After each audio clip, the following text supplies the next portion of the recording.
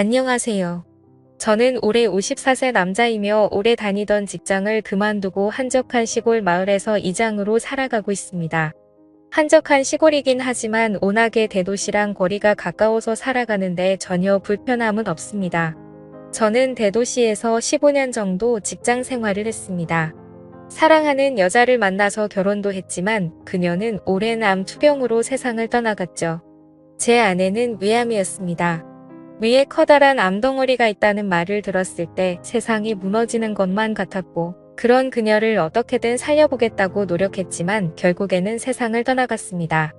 그 일을 계기로 상심이 너무 커서 도시 생활을 접고 시골로 거처를 옮기고 더 이상 아둥바둥 살아가는 게 아니라 적당히 살다가 저도 제 아내를 따라 하늘나라로 가려는 마음을 가지고 있었습니다.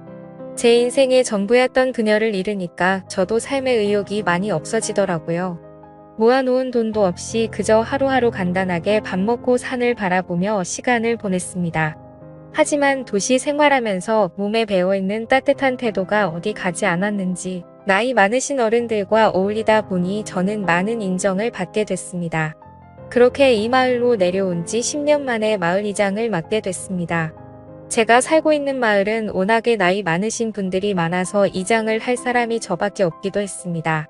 나이 80살 먹은 어른한테 이장을 맡길 수는 없는 노릇 아닙니까? 그렇게 평화롭게 마을 생활을 이어나가고 있었는데 어느 날 젊은 부부가 저를 찾아왔어요. 젊은 부부의 나이는 아직 30대가 되지 않았었죠. 이제 막 대학교 졸업하고 직장 생활을 시작할 그 젊은 사람들이 귀농해서 살고 싶다며 이 마을에서 자기들을 받아줬으면 좋겠다는 말을 하더군요. 저는 그들에게 잘 생각해 보라고 설득했습니다. 시골 생활이라는 게 그렇게 생각처럼 만만한 게 아니라면서 아직 나이도 어린데 왜 굳이 그런 선택을 하냐고 물었죠. 그러자 그들은 1년 전 마을 뒷산에 있는 계곡에 여름 휴가를 왔다가 2년이 된 커플인데 여기가 너무 좋기도 하고 농사를 꼭 지어보고 싶다는 포부를 밝히더라고요. 심지어 그 남자는 농업과 관련된 대학교를 나와서 이미 농사를 지을 줄 안다고 얘기하더라고요. 그래서 알겠다고 들어와서 살아보라고 이야기를 했습니다. 제가 그들을 받아준 이유는 농사로서의 성공에 대한 포부가 마음에 들었던 것은 아니고 같이 온 젊은 세댁이 너무 예쁘고 참했기 때문에 받아준 것입니다. 마치 제 아내를 처음 만났을 때 반했던 것처럼 그 세댁한테 반해버리겠더라고요. 하얗고 작은 얼굴에다가 새하얀 치아를 보이며 웃을 때면 아주 작고 귀여운 천사처럼 보였습니다. 그냥 젊고 싱싱한 그 상큼한 모습을 보이며 바람에 날리는 머리카락이 귀여워 보이더라고요. 게다가 키는 크고 날씬했기 때문에 그녀를 보면서 첫눈에 마음이 설레어 버리더군요. 훌륭한 여자였습니다. 그렇다고 갓 결혼한 여자를 어떻게 해보겠다. 뭐 그런 마음이 있었던 게 아니고 쭈글쭈글한 노인네들과 어울리기만 했던 저로서는 너무나 신선하고 상큼한 딸기 같은 사람이라는 느낌이 들었습니다. 동네 어르신들 동의도 제가 수월하게 받아냈고 정착금 등 지원도 모두 해결해 줬습니다. 요즘에는 귀농하면 동사무소에서 지원금을 주는 경우도 있는데 다행히 젊은 부부는 지원금을 받을 수 있어서 편하게 이사를 했습니다. 당장 마을에 집을 하나 지을 수 없었기 때문에 젊은 부부는 저희 집안에 있는 사랑채 같은 건물에 머물러라고 말했고 나중에 집이 비는 곳이 있으면 그쪽으로 옮겨가라고 말했습니다. 그들이 이사를 오고 그 시간에 간간히 새어나오던 짤막한 웃음소리를 들으면서 참으로 오랜만에 마을의 생기가 돌았습니다. 젊은이들이 왔을 뿐인데 마을의 분위기가 달라지는 그런 느낌을 받았습니다. 그날부터 저에게는 신세계가 기다리고 있었습니다. 정말 시골로 오기를 잘했다는 기쁨이 그날부터 자리하고 있었던 것이죠. 처음에는 따로 밥을 해 먹었지만 나중에는 한 식구처럼 잠만 따로 잘 뿐 식사는 같이 하게 되었습니다. 집이 넓고 건물도 따로 되어 있었기 때문에 충분히 남처럼 살 수 있는 구조입니다.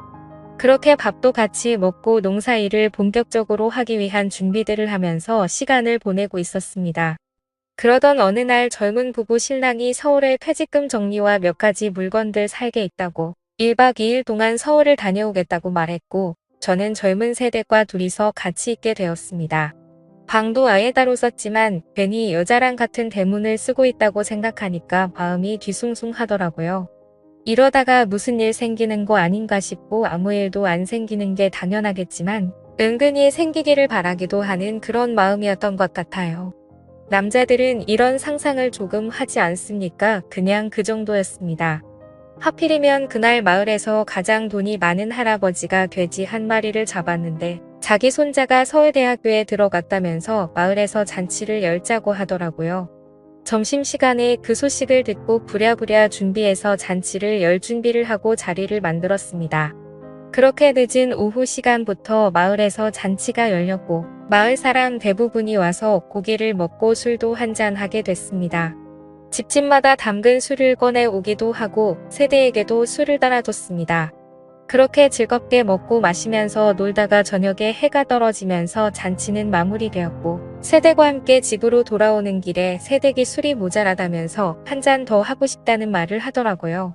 집에 술 사둔 게 있으니까 한 잔 더 하겠냐고 물었고 그녀는 좋다고 하더군요. 그렇게 그녀와 함께 2차로 술을 마시기 시작했는데 술 기운이 돈 세대기 저에게 이런 말을 했어요. 혼자 사시면 너무 외로우실 텐데 제 혼이라도 하는 게 어떠냐고 말이죠. 저는 그 말에 웃음으로 답을 했어요. 그러고는 제 아내와 관련된 이야기를 해줬습니다. 제 이야기를 들은 그녀는 갑자기 눈시울을 적시는 겁니다. 정말 아내분을 많이 사랑하셨다면서 울고 있는 그녀에게 어찌할 줄 몰라서 당황해하고 있는데 술을 한 잔 더 마시더니 이제는 대놓고 울음을 팍 쏟으면서 저희들에게 잘해주시고 감사했지만 혼자서 애쓰시는 모습이 정말 마음이 아프다면서 눈물을 흘리더라고요. 이거 어떻게 해야 할지 모르겠더군요. 아마도 그녀의 술버릇이 오는 게 아닌가 싶습니다. 별것도 아닌데 저렇게 눈물을 흘리는 게 좀 이상하다는 생각이 들었습니다. 술만 마시면 주변에 전화하는 사람도 있고 성격이 급박해지는 사람도 있지만 이 여자는 술만 마시면 우는 스타일이 틀림없다고 생각합니다. 저는 그녀의 눈물을 닦아주면서 예쁜 얼굴에 눈물을 흘리면 안 어울린다면서 볼에 흐르는 눈물을 닦아주었습니다. 그녀를 만지는데 정말 살결이 부드럽더라고요. 마치 간 만든 찹쌀떡 같은 느낌이라고나 할까요? 눈물이 그렁그렁한 눈으로 저를 바라보더군요. 갑자기 이게 무슨 분위기인가 싶어서 가만히 있었는데 그때 세대게 전화기가 울리기 시작했습니다. 그녀는 저에게 조용히 해달라는 신호를 보내고는 전화를 받아서 이제 자려고 누웠다는 말을 하더라고요. 전화 온 사람은 신랑이었는데 거짓말을 한 겁니다. 신랑한테 지금까지 아저씨랑 술 마시고 있다고 할 수는 없을 테니까요. 전화를 끊고 잠시 어색한 분위기를 새댁이 한마디로 전환시켰답니다. 아저씨 한 잔 더 주세요 하며 씩 웃는데 정말 심장이 마구 뛰더군요. 계속 이 자리에서 함께 하고 싶다는 느낌을 주는데 뭔가 참 묘한 기분이 들었습니다. 그러면서 아까처럼 또 여자 이야기를 하더라고요. 아저씨는 여자 생각 안 나냐고 외로울 때는 어떻게 하냐고 말하더라고요. 저는 그냥 별 생각 없이 지내고 있다고 대답했지만 그녀는 갑자기 아저씨가 참 좋다면서 또 해맑게 웃기만 하더라고요. 그러다가 갑자기 소파에 앉아서 조금만 쉬다가 다시 먹겠다는 말을 했는데 그렇게 가만히 있던 그녀는 결국에 그 자리에서 잠들고 말더군요. 마시던 술을 다 치우고 나서니 소파에 비스듬히 기대서 잠에 빠져 있는 새댁의 모습이 참으로 귀엽게 보였습니다. 그녀의 새하얀 얼굴에 파묻히고 싶다는 마음은 굴뚝 같았지만 그래도 저를 믿고 의지하고 있는 두 사람에게 그래서는 안 된다는 강한 이성이 저를 억눌러주고 있었습니다. 그러다 저도 소파에서 잠시 잠들었는데 말소리가 들려서 잠시 일어나 보니 새댁이 옆에서 전화를 하고 있더라고요. 저는 계속 자는 척을 했습니다.